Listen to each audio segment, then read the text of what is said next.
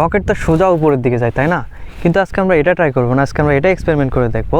আমাদের কাছে আছে এরকম একটা প্লাস্টিকের পাইপ। এই পাইপের ভিতর দিয়ে রকেট কি এভাবে যেতে পারবে? আর যদি না যায় তাহলে কি হবে? চলুন আজকে আমরা এটাই দেখবো। এই প্লাস্টিকের পাইপটা 20 ফিটের মতো, আর এটা বেশ স্ট্রং এবং ফ্লেক্সিবল। সেই সাথে এটার দাম পড়েছে প্রায় 1400 টাকার মতো।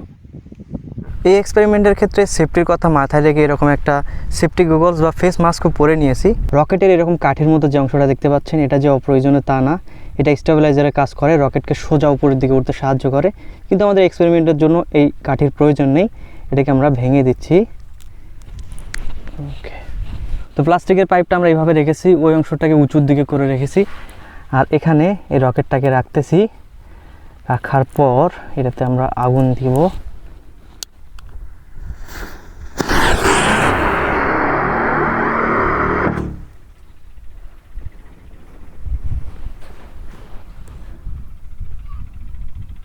তো দেখলেনই তো, পাইপটা এরকম প্রায় সোজা অবস্থায় রকেটটা পাস করে চলে গেল।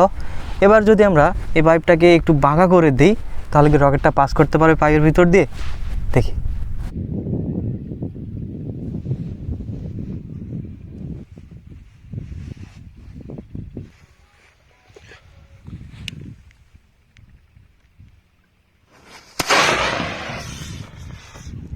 ও, চোখের পলকের মধ্যে রকেটটা এই পাইপটা পাস করে চলে গেল।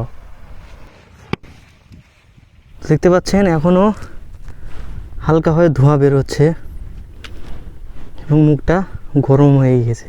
এখন অপেক্ষা করতেছি সন্ধ্যা টাইমের জন্য, কারণ কম আলোতে ফুটেজটা দেখতে আরও সুন্দর লাগবে।